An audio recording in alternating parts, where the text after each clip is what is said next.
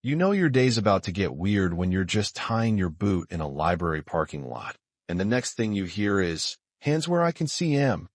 That was Raymond Cole's reality that quiet Tuesday morning at Pine Hollow Public Library. Raymond, 69 years old, looked like the kind of guy you'd call to fix a leaky faucet or maybe help your grandma program her VCR. Worn boots, canvas bag, utility knife clipped to his belt. Just your average maintenance guy starting another slow morning. Until it wasn't. Screeching tires, flashing lights, and suddenly Officer Drew Bell, a rookie with way too much caffeine in his bloodstream, was pointing a gun straight at him. His partner, Officer Carter, was a step behind, hand hovering nervously over his holster. "What's this about?" Raymond asked, calm, like he was asking for the time. "We got a call," Bell barked. "Suspicious man matching your description. Lurking. Dumpster area. You carrying anything?" "My ID," Raymond said flatly, "and a registered sidearm. In my coat." Bell practically twitched with excitement. "Turn around." Slowly, Raymond complied. The man moved like someone who had been through worse than a rookie with a badge and a Red Bull addiction. He didn't even flinch when Bell yanked the sidearm from his pocket like he'd just unearthed a live grenade. "Got him."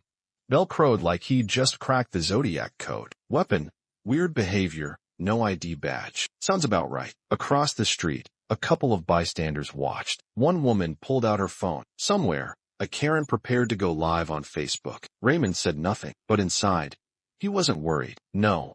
Inside, something cold and patient started ticking down the minutes. At the station, Officer Carter was filling out paperwork like he was signing up for a free toaster, while Bell cracked jokes to dispatch. "Guy says he works at the library," Bell snickered.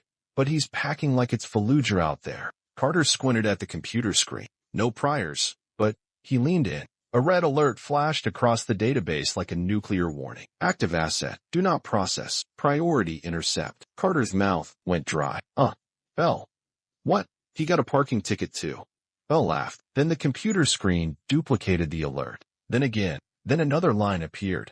"Federal override in progress. Stand by for contact." The phone rang. Officer Maria Knoll, who up until then had been peacefully sipping her coffee and regretting every career choice that led her here, answered. She listened. Her face turned the color of copier paper. "They said, stop everything. Do not speak to him. Federal agents inbound. ETA, 7 minutes. Bell chuckled nervously. Man's bluffing. Carter wasn't laughing. He was staring at Raymond, who sat in the holding cell like a man waiting for a bus, not like someone about to get his life ruined. 7 minutes later, right on schedule, 3 black SUVs slid into the parking lot. The doors didn't slam.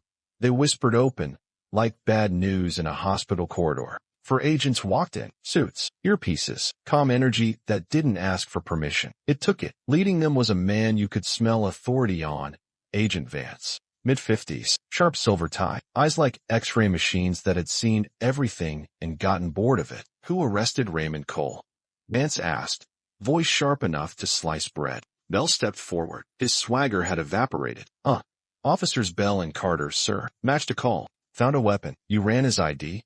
"Yes, sir." Vance sighed like he'd just realized he'd left the stove on back at Langley. "That was your mistake." Meanwhile, Agent Rivera was already hacking into their station system like he'd done it 1,000 times, because he had. Inside the holding cell, Raymond finally looked up. Not scared, not angry, just mildly annoyed, like someone whose dentist appointment was running late. Vance opened the door himself. "Assadar, Cole," he said quietly. "We're pulling you out." "About time," Raymond said, standing slowly. His knees cracked like an old oak tree. "Was starting to think you forgot about me." "We haven't," Vance replied. "But you've been off-grid for over a decade. The ping wasn't supposed to go off until, well, never. So it's happening then," Raymond muttered. Vance gave a curt nod. Raymond glanced toward the one-way glass. "They didn't know who I was, but they sure thought they knew what I looked like." At the squad desk, Agent Rivera dropped a classified file onto Knoll's desk. She opened it, her face draining faster than Bell's career prospects. "Operative Cole. Embedded. Southeast Asia, Eastern Europe, North Africa. Federal Directive. Black level clearance. Active until 2003. Dormant protocol reinstated 2016. Extreme exposure risk. Immediate extraction priority." Bell gulped. "Why the hell would a guy like that be cleaning toilets?" "Because," Vance said dryly, The best place to hide is in plain sight. And now? Congratulations. You've lit a flare in the sky. Every ghost from his past just got directions here. Bell swallowed so hard it echoed. In the evidence locker, Raymond retrieved his sidearm. Null watched him. Why still carry that thing? She asked, voice low. Raymond didn't even blink. Because some people out there don't forget, and they don't forgive. Null hesitated, then blurted, the Thailand mission. The hostage. Raymond's face barely shifted. For went in. I was the fifth. We got the boy out. Wrapped him in rice sacks to hide the blood. I carried him 12 miles through jungle. I still remember his eyes. You saved him. Raymond's voice was soft. I gave him a chance. That's all anyone ever gets. Vance stepped in. We have a safe house ready, but this isn't going to stay quiet. Someone leaked the 1989 list. Deliberately. Raymond looked back at the station, at the walls, at the uniforms, at the ordinary, clueless world. They'll come, he said quietly. Vance didn't disagree. 2 weeks later, Pine Hollow Police Station was different. Officer Bell was under investigation. Carter was reassigned to parking duty in a town so small it didn't even have parking meters. No? She got promoted, offered a liaison role with the feds. Somebody noticed her silence, her instincts, the fact she didn't try to play hero. She never heard from Raymond Cole again. Not directly. One morning, a plain envelope showed up in her locker. No stamp, no return address, just her name. No. Inside. A note.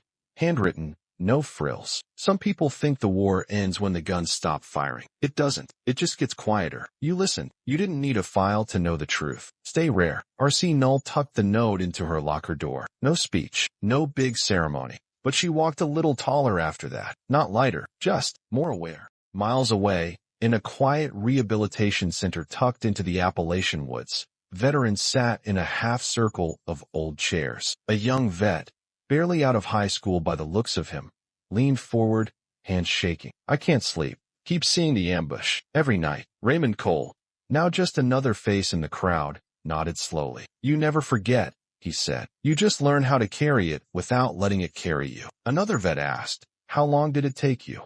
Raymond looked out the window, sun filtering through the pine trees. I'll let you know when it does. Later, a volunteer approached him with a sealed envelope. No name. Just said it was for him. Inside, a faded photograph. A man standing tall in front of a UN center. Older now, but Raymond recognized the eyes immediately. The same boy he'd carried through a jungle decades ago. On the back, just 6 words. You gave me a chance. I used it. Raymond closed the file slowly. No smile, no tears, just a quiet breath. And for the first time in a long time, he let himself relax. Not because he had nothing left to fight for, but because, finally, he didn't have to fight alone. Because some men carry secrets, and some are the secret.